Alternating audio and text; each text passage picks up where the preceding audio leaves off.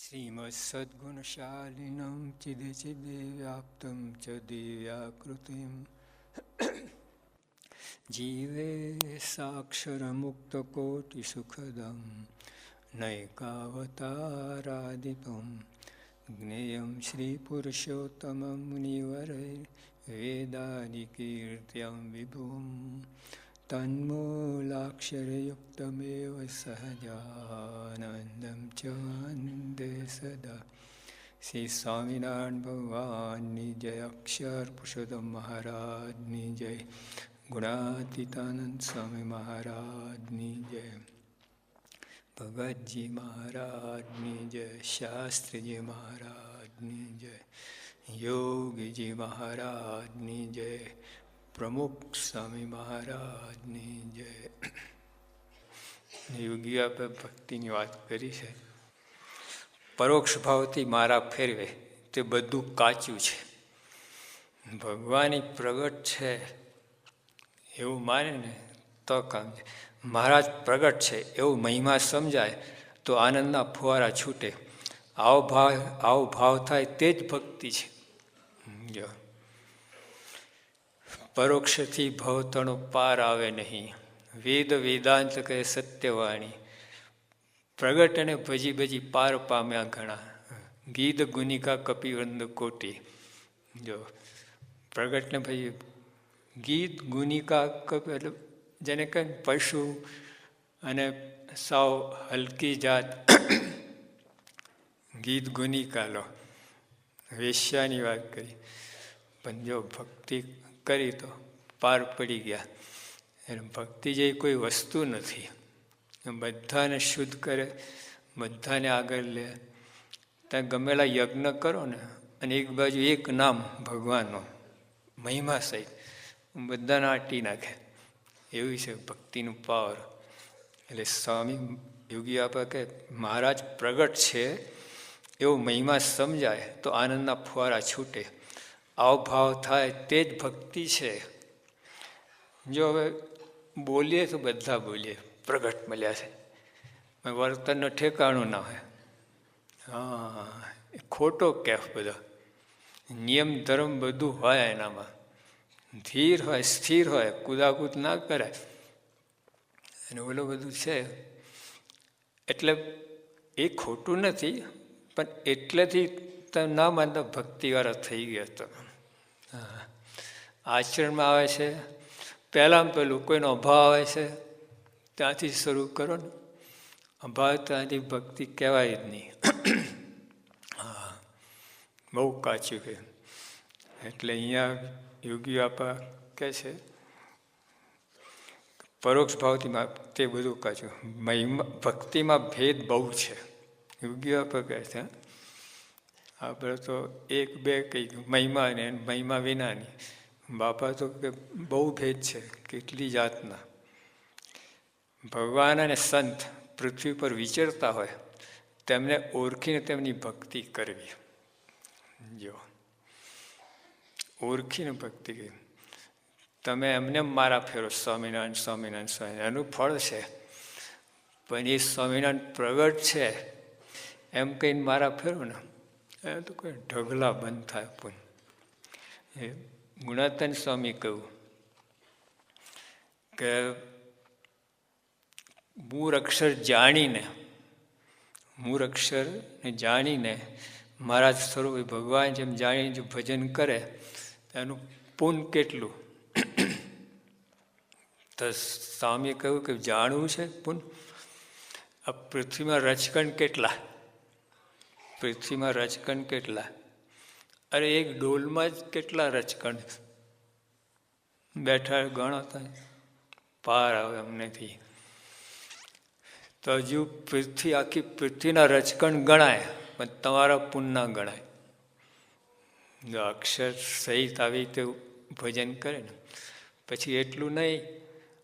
આ સમુદ્રમાં કેટલું પાણી છે, કેટલા ટીપા છે. એક ડોલમાં કેટલા ટીપા હોય છે. એક ટાંકીમાં ડેમમાં કેટલા ટીપા હોય. તો સમુદ્રમાં તો કેટલા ટીપા હોય. તો એ કોઈ ગણી શકે? સમુદ્રના જળના ટીપા ના. તો કે એ હજુ કદાચ ગણી શકે, તમારા પુણ્ય ના ગણાય. પૈસા કે આકાશમાં તારા કેટલા છે ગણાય? એ કદાચ ગણાય, તારા પુણ્ય ના ગણાય. આટલું બધું કહ્યું. હવે આ બુદ્ધિ બેસે એવું જ નથી. આપણને ટહડા પરના જ લાગ્યા છે, બેઠા બેઠા દીધે રાખે છે. તો પેલા આસ્તિક ભાવ જ નથી આદિ વસ્તુમાં. હા, ભલે આપણે જાણતા નથી, પણ વસ્તુ સાચી છે એવું મનમાં હોવું જોઈએ. આ ગુણાતન જે મહિમા કહે ને, મહિમા આપણને સમજાવ્યું, પણ સ્વામી મહિમા કે સાચી વાત છે. હા, કોનો જોગ થયો એ તો વિચાર કરો છો. માયા પરના પુરુષ એ અહીં પૃથ્વી પર હોય ક્યાંથી? હોય જ ક્યાંથી? કેટલી મોટી વાત છે. વિચાર કરે તો ખ્યાલ આવે. કીડીના હાથીની વાત કહી ને, કીડીને હાથી શું શેખંડ કરવાના હતા? ક્યાં કીડીને ક્યાં હાથી? એમ ક્યાં ભગવાન, ક્યાં જીવને ક્યાં જગદીશ? બધા જોગ થયો છે. પણ આપણે જ્યાં સુધી આ લોકનો ખેંચ તાણ છે ને, વિષયનો આનંદ છે, વાસના, ત્યાં સુધી આ મહિમા પકડાય નહીં તમને. જો આ બધાથી ખસે ને, આ બધું વાસના કાઢી નાખે, સ્વભાવ કાઢી નાખે, દોષો કાઢી નાખે. અને પછી એટલે કહ્યું ને, બ્રહ્મરૂપ થઈને ભગવાન ભક્તિ કરી. એ ભક્તિ કંઈ આનંદ જુદો આવે. ત્યારે આપણે જે ભક્તિ કહીએ ને, બ્રહ્મરૂપ થવા માટે કરીએ છીએ. નકામ ખોટું નથી, બધાને ફળ મળે છે. પણ અત્યારે આપણે જે કંઈ કરીએ છીએ બ્રહ્મરૂપ થવામાં ખપી જાય છે. ભગવાને પહોંચતું જ નથી લીધું. ભગવાનને તો ગમેલી મારા ફેર ભગવાન પહોંચતું. આપણા જેમ કોઈ દેવું હોય માથે કરોડો રૂપિયાનું, જે કમાઈને ક્યારે ભરે, એમાં ખપી જાય છે બધું. હજી કમાણીની વાત તો અલગ, હજુ દેવું પૂરવામાં જ જતું રહે છે બધું. એવું છે. એટલે આત્મારૂપ બ્રહ્મરૂપ થવામાં જ આપણે બધું ખપી જાય. જે કંઈ સેવા ભક્તિ કરી છે એ ચાલુ જ રાખવાની. એટલે પણ આ જે વાત કરી સ્વામીએ, એક તો પૃથ્વી પર ભગવાન છે એ ઓળખીને ભક્તિ કરવી. ઓળખ્યા એટલે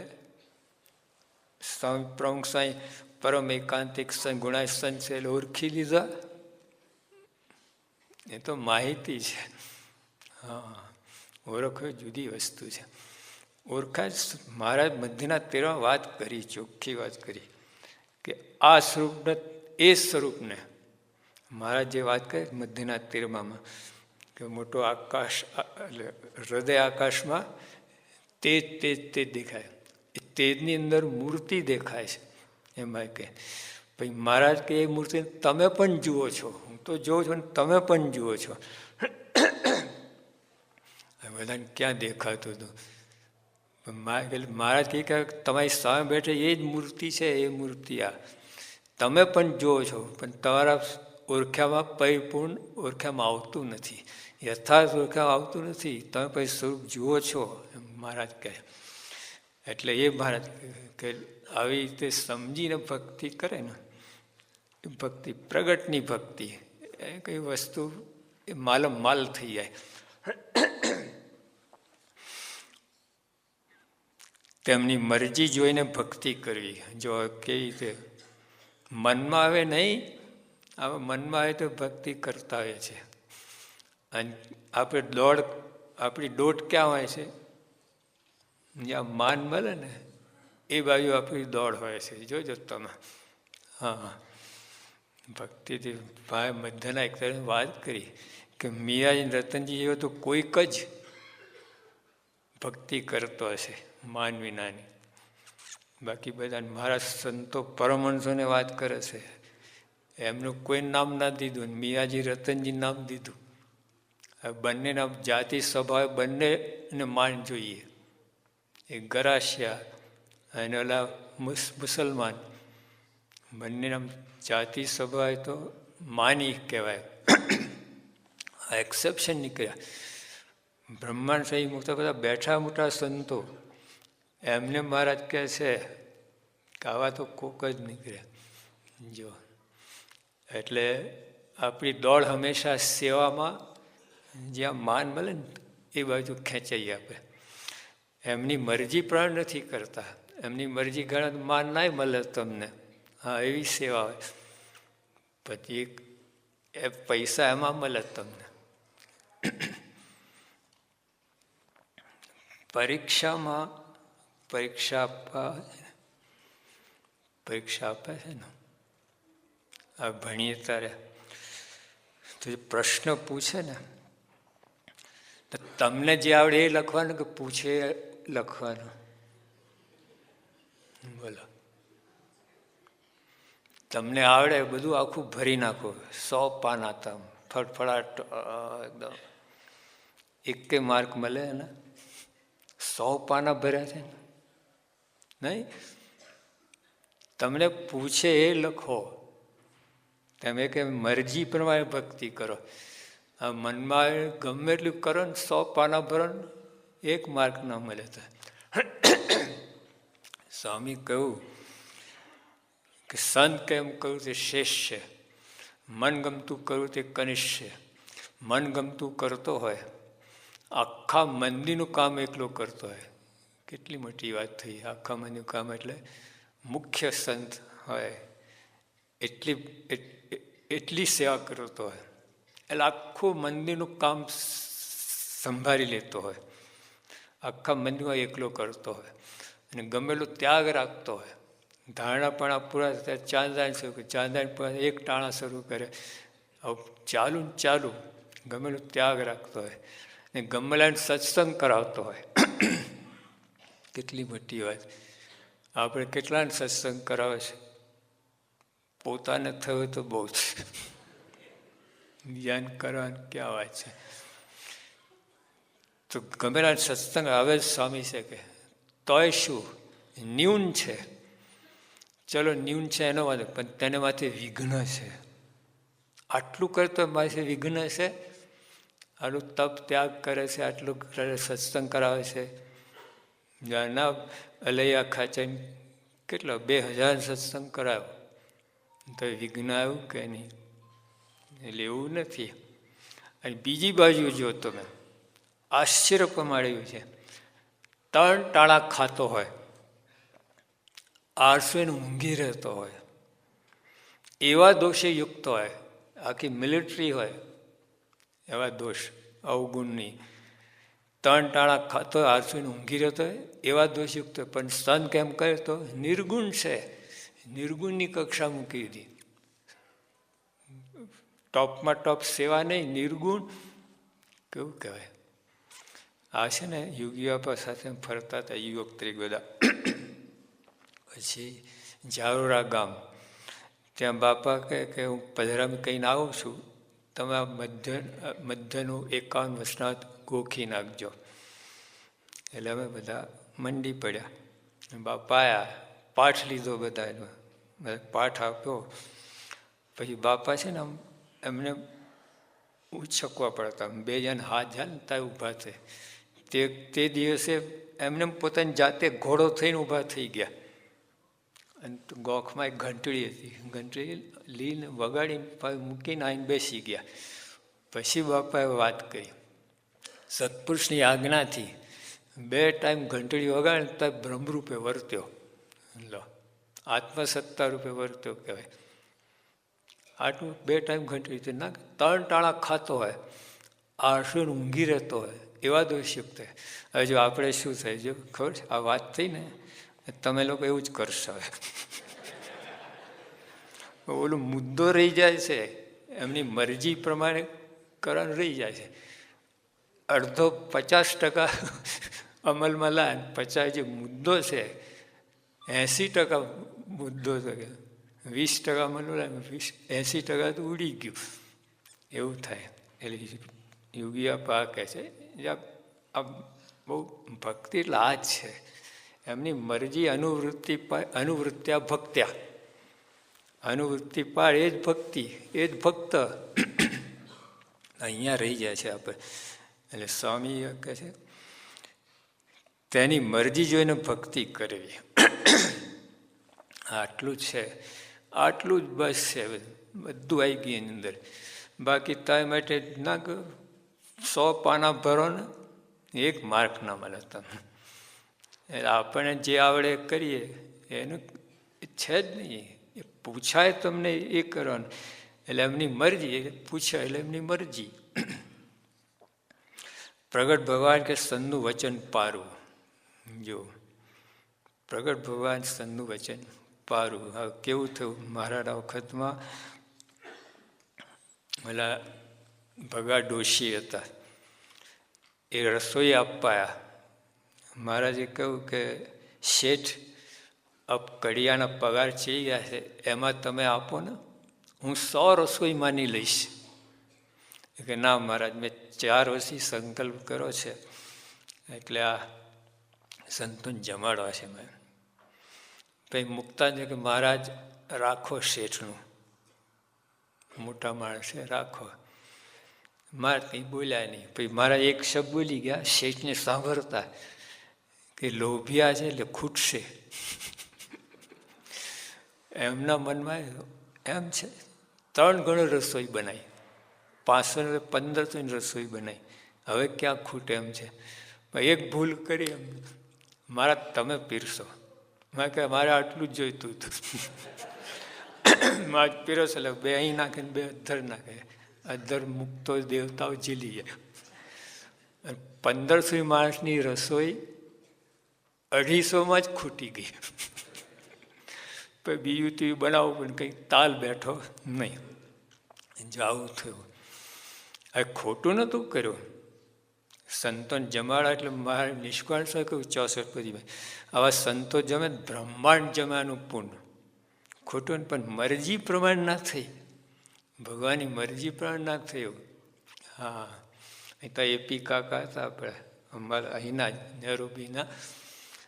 એ ગઢડા યોગી બાપા પાસે ગયા કે પારાયણ કરાવે છે. બાપા કે એમ કરો, પારાયણ નહીં, પછી આ ગઢડા મંદિરમાં સેવાની જરૂર છે, આપી દીધું. પછી બાપ ફરી બોલાયા. બાપા કે આપણે પારાયણ પણ કરવી છે. પછી 7 દિવસની 11 દિવસની. અને જ્યારે અમે 61 સાલની સાલમાં સાધુ બન્યા બધા, ભગવતી દીક્ષા તે ધર્મજમાં પારાયણ કરી 11, તે વખતે બધાને ત્યાં બાપા લઈ ગયા હતા. ખૂબ મજા આવી. તો જો આ મરજી જાણી કહેવાય. હા, ભક્ત આવું છે.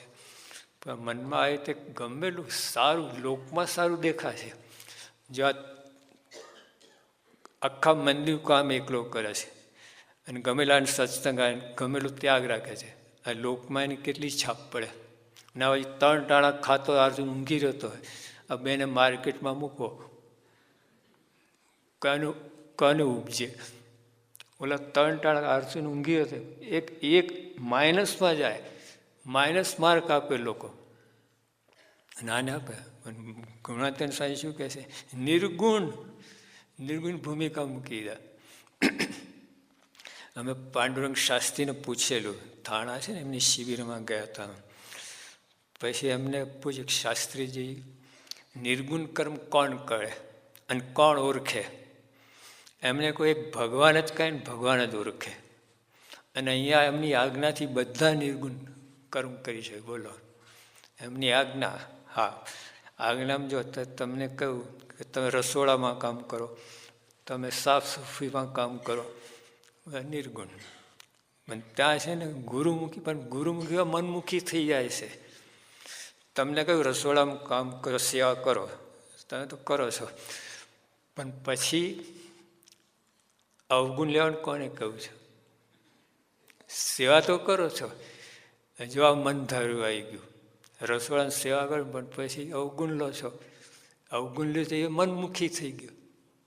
ઓલું ગુરુમુખી, રસોડાની સેવા ગુરુમુખી, પણ ગુરુમુખી અંદર મનમુખી થઈ જાય. એમ જોવા જાવ તો બધું આપણે યથાર્થ પાલન કરતા જ નથી. સેવામાં મનમુખી અંદર 25% તો મનમુખી થઈ જાય છે બધી સેવામાં. એટલે મરજી જોઈને કહ્યું એક્ઝેક્ટ, એમાં બીજું અંદર ગડબડ થઈ જ ના જોઈએ. જો ભગતજીને ઓલા ગુણી ચડાવતા હતા, ફેંકે આમ ગુણીઓ ચૂનાની હોય ને બધું ગુણ માથે ચડાય, પછી જઈને લઈને છોડીને પછી પી લેવાનું. પણ ચડાવે નહીં, પછાડે માથામાં.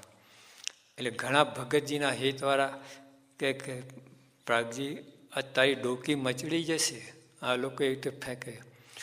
ભગતજી શું કહે, કોની તાકાત મારો વાર વાંકો કરી શકે? સ્વામીએ મારી કસોટી કરે છે, પરીક્ષા કરે છે. કોનો અવગુણ આવે બોલો? આ રીતે કહે એ સેવા કેવી તમારે 100 ટચની થઈ ગઈ ને? કેવી સેવા? કોઈનો અવગુણ જ નહીં ને. સ્વામી મારીને કરે છે. કોઈ મને મારી નાખતો, કોઈ મને ગાર દીધું, કોઈ મારું અપમાન કરતો નથી. સ્વામી મારીને કરે છે. કેવી સમજણ કરતા ભણાની અને પરીક્ષા કરે છે. હા, સ્વામી પોતે આવીને કંઈ લાફો મારવાનો છે આપણને? કોકમાં રહીને જ કરશે ને. મરજી જાણી ભક્તિ કરીને એની એ જ ક્રિયા છે, કંઈ નવું નથી.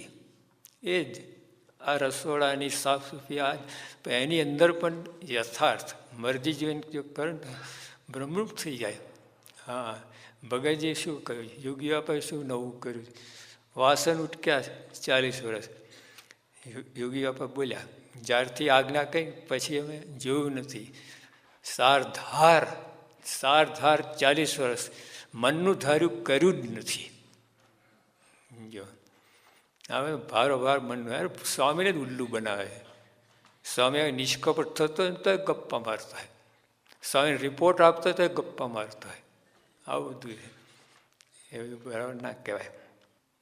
પ્રગટ ભગવાન કે સંતનું વચન પારવું એ ધ્યાન, પ્રગટ ભગવાનનું વચન એ ધ્યાન, એ ધારણા, એ જપ, એ તીર્થ અને એ અષ્ટાંગ યોગ. જો યોગીઓ આપણે બોલે છે, આ યોગીઓની વાણી છે. સાહિત્યિક લાગે ને તમે અત્યારે ડૉક્ટર સ્વામી ગોખાવે છે ને આપણે એવું જ બોલે ને, એવું જ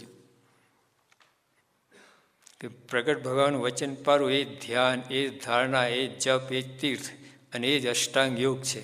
માટે મંડ્યા રહેવું તો ભક્તિ સિદ્ધ થાય. મંડારો થાય. જો યોગી આપણે કહેતા ગમે હોય ને, કાંઈ ના આવડતું હોય પણ સેવા કરવા માંડી પડે બધું આવડી જાય. એટલે અત્યારે મંડ્યા રહેવું. અને થોડી કથા વાર્તામાં જો સેવા છે ને એ પ્રેક્ટિકલ છે, કથા વાર્તા થિયોરી છે. તમે સેવામાં જે ભૂલ થતી હોય ને કથામાં તમને ખ્યાલ આવે. ધારો કે તમે સેવા કરો છો બરાબર, પછી કથામાં આવે કે ભાઈ માન માટે ના કરી સેવા. જો યાદ તમે ભૂલ દેખાડે. સેવાની શુદ્ધિ કથા વાર્તાથી થાય. સેવાની અંદર શુદ્ધિ જે દોષ આવે છે બધા એ કથા વાર્તાથી દૂર થાય. દેવ અને મનુષ્ય કોઈને પ્રગટની ભક્તિ વિના પ્રાપ્તિ નથી. ગમે હોય તે પ્રકૃતિ સુધી આ ભગવાન પ્રગટ ભગવાન પ્રાપ્તિ વિના ભક્તિ થાય જ નહીં. એ નિશ્ચય વાત છે. લો 100 ટચની વાત છે આ. શું દેવ અને મનુષ્ય કોઈને પ્રગટની ભક્તિના પ્રાપ્તિ નથી, એ નિશ્ચય વાત છે. કેટલો અંતર થાય. એટલે આપણે કેટલા ભાગ્યશાળી છે આમ જોવા જઈએ તો. હા, મળ્યા છે. હવે જેટલું કરો એટલું લાભ થાય. હા, અને જો અવરું કર્યું તો પછી એટલી ખોટ પણ છે. હીરાનો વેપાર હોય ને, ખોટ પણ લાખની અને નફો પણ લાખનો.